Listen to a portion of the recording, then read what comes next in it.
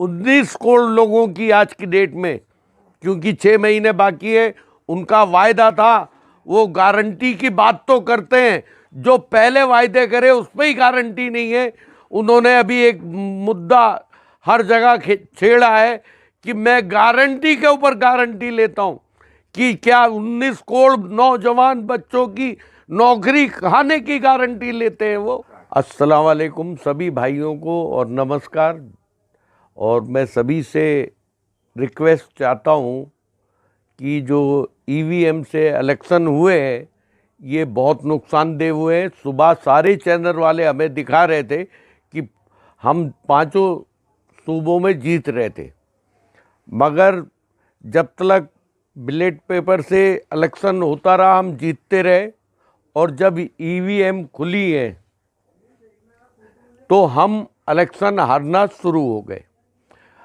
इसका मतलब सरकारी मुलाजिम जो होते हैं वो एक गांव के रहने वाले लोग होते हैं, और उनके सभी परिवार के लोग उनके कहने पे, क्योंकि वो तालीम याफ्ता लोग होते हैं, उनके कहने पे लोग वोट देते हैं, उनके पीछे चलते हैं, क्योंकि एक घर में एक आदमी दो आदमी पढ़े लिखे होते हैं।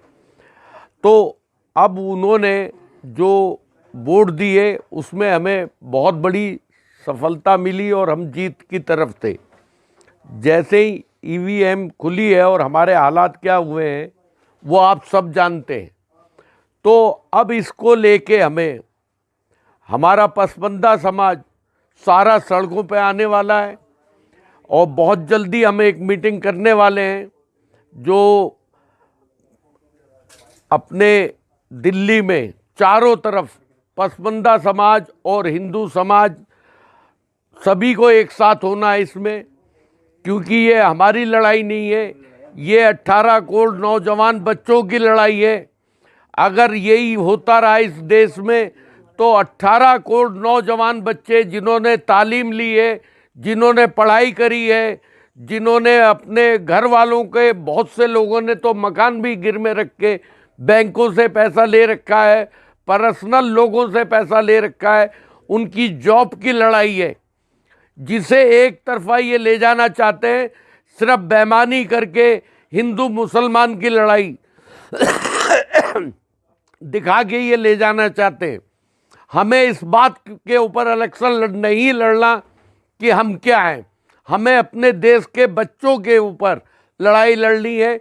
जो मोदी साहब, चाहता हूं कि वो सड़कों पे आए, हमारे साथ आए।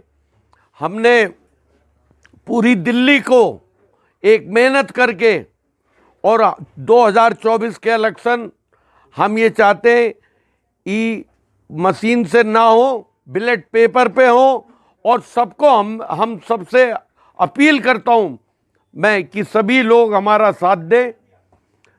हम पूरी दिल्ली में कोशिश करेंगे पूरे घर एरियो में जाके कि हमें सड़कों पे आना है, नहीं तो सबसे बड़ा हाल दो समाज का सबसे ज़्यादा नुकसान होगा। एक तो जो समाज हमारा पसमानदा समाज है, मुस्लिम समाज, और दूसरा जाटव समाज को ऑल इंडिया में सबसे बड़ा नुकसान होने वाला है, क्योंकि इनका सबसे बड़ा काम है कि 2024 का इलेक्शन हम जीत के, और यही मशीनों से जीत के, बैलेट पेपर पे नहीं करवाएंगे तो ये इलेक्शन जीतेंगे, और जिसमें संविधान को ये चेंज करेंगे।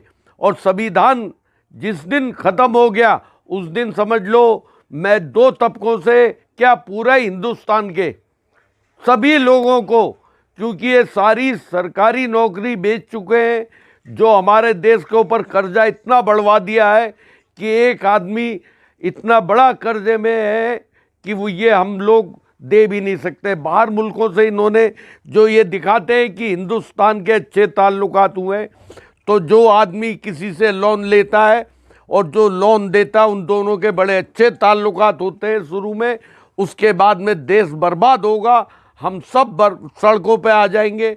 उसके लिए मैं अपील करता हूं कि बहुत जल्दी हमारे और बड़े लोग हमारे साथ हैं, वो सब कि हमें पार्लियामेंट भी घेरना है, हमें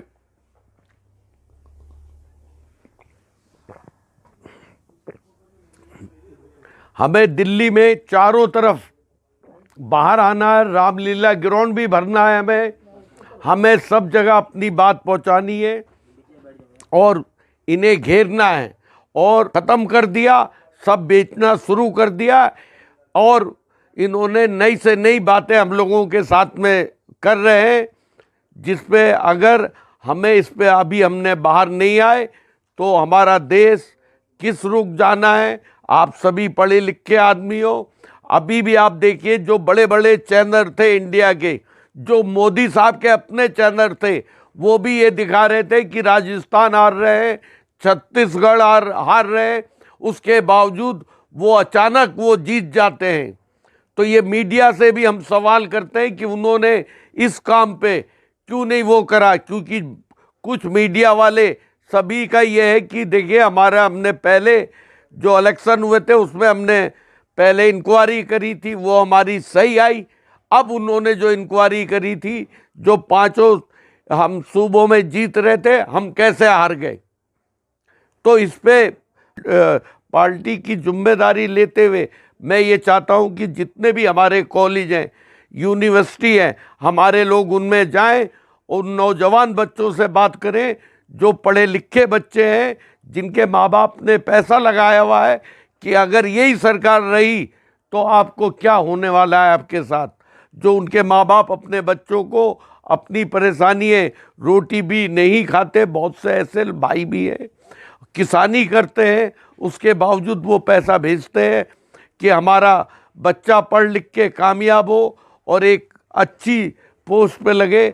मगर जब वो पोस्ट पे कहाँ लगेगा, जब उसको नौकरी नहीं मिलनी। तो हमें सिर्फ लड़ाई, अब ये नई से नई बातें पैदा करेंगे, मंदिर चलो भाई, मंदिर जाएंगे हम भी चलेंगे इनके साथ मंदिर, कोई आपत्ति नहीं है। मगर ये बताओ हमारे बच्चों को अगर भूखे पेट तो भजन भी नहीं होते, भूखे पेट भजन भी नहीं होता और नमाज भी नहीं होती।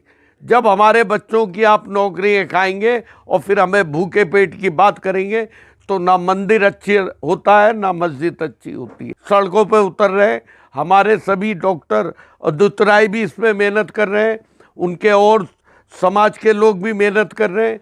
हम भी ये चाहते हैं कि एक ज़्यादा तादाद में हम आएँ और पब्लिक के बीच में अपनी बात रखें।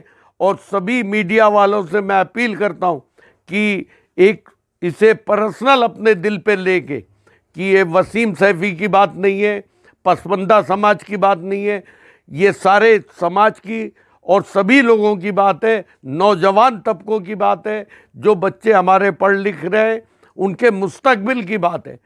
और सभी समाज के मीडिया वाले यहाँ पर हैं और मैं इनसे अपील करता हूँ कि इसे दिल पे लेके, अगर मेरी बात अच्छी लगे तो इसे ज़्यादा फैलाए और लोगों से चर्चा भी करें कि हमें इस पे आना है, हमारे पेपर पे हमारी वोट डले, ये जो इस पे ना मशीनों से डले और मशीनों का बहिष्कार करना है, समझे नहीं।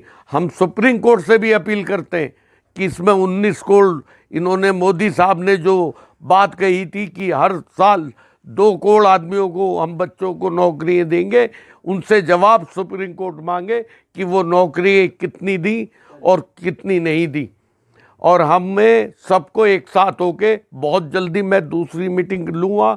आप लोगों से अपील करता हूँ कि उस दिन हम लोग सड़कों पर आना है, हमें डॉक्टर आदित्य राय जी के हाथ मजबूत करने, और बहुत इसे हमने ऑल इंडिया बेसिस पे लेना है कि एडीएम की हमें काट करनी है। एडीएम से हमारा इलेक्शन नहीं होना, हमारा सिर्फ ईवीएम से हमारा इलेक्शन नहीं होना, हमारा इलेक्शन बैलेट पेपर पे होना है, उसी पे हमें वो चाहिए और इसका बहिष्कार करेंगे बहुत जल्दी। रामलीला ग्राउंड में भी हमारा प्रोग्राम होगा और हर धरना लगाएंगे जगह जगह दिल्ली में, हमारे सभी साथी मिलके। और इस पे आप सबका, मुझे भाइयों का साथ चाहिए। इसी पे मैं अपनी बात ख़त्म करता हूँ। जय हिंद, जय भारत, खुदा हाफिज। सर, जब इलेक्शन होते हैं और कांग्रेस जिस जिस जगह हारती है उसके बाद तो राग अलापते हैं ईवीएम का, उसके बाद सब टाटा फिस्ट हो जाते हैं। वजह क्या है कि वो आपको मुझसे बेहतर मालूम है कि ये इनकी पॉलिसी रही है कि एक दो जगह पे हमें जितवा देना, जो छोटे सूबे होते हैं, बाकी बड़ी मलाई अपने आप खा जानी, जो हम लोग ये बातें ना उठा पाए। नहीं, नॉर्थ इंडिया में क्या इसकी ठेकेदारी ले रखी है क्या जिताने की बीजेपी को? नहीं, साउथ इंडिया में तो मोस्टली कांग्रेस और उनके सपोर्टर हैं, वहाँ कांग्रेस हमेशा जीतती आ रही है। भाई वहाँ तो इसलिए जीतती है हमारी कि जब इन्हें यह मालूम है कि यहाँ अब तो पब्लिक बिल्कुल पढ़ी लिखी और काबिल है।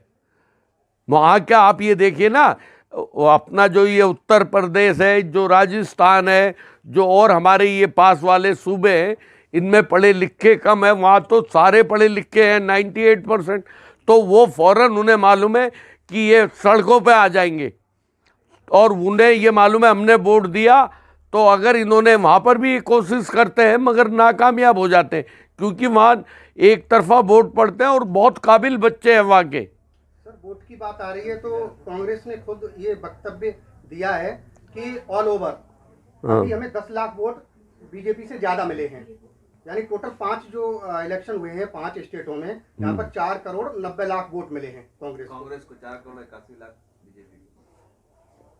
वजह क्या है, इन्होंने देखा भाई, इनका ये हिसाब है कि हराने का एक सिस्टम होता है कि जो उनके वोट तो ज़्यादा दिखा दो, जो लोगों को, आप लोगों को भी समझाना है ना इन्होंने, मगर वजह क्या है कि उनके वहाँ पे ज़्यादा इन्हें मिला दो, गिनती में तो ज़्यादा दिखा दो मगर पोजीशन में कम दिखा दो, ये वजह होती है। एक सवाल ये है, आपने कहा कि हम पसमानदा समाज के लोग जो है सड़कों पर उतरेंगे। पसमानदा समाज तो बीजेपी के साथ भी सड़कों पर है। वो देखिए, पसमानदा समाज जो है उन विचारों को बेवकूफ़ बना के, उसमें पसमानदा समाज को बेवकूफ़ बना के उनका मिसयूज हो रहा है, और वो कितने लोग हैं ये मुझसे बेहतर आप जानते हैं। आपका नाम क्या है? अब्दुल वाजिद। वाजिद भाई, पसमानदा समाज को जो आप बात कर रहे हैं, वाजिद भाई मैं आपसे पूछ रहा हूँ, आपके गली में कितने पसमानदा समाज के बीजेपी से जुड़े हुए लोग हैं? उनका रेशू % भी नहीं आता। मैं भी उसमें था, मेरे घर वाले मेरे साथ नहीं थे, बाहर वाले तो छोड़ो। आज है मैं बीजेपी में था, कोई थे ईवीएम को लाने वाले वो थे, तो हो सकता है ये वजह हो कि यार अब हम ही लाए थे कि आसानी होगी, मगर वजह ये है कि काम कोई करता है और लड्डू कोई और खा जाता है, ये तो होता है।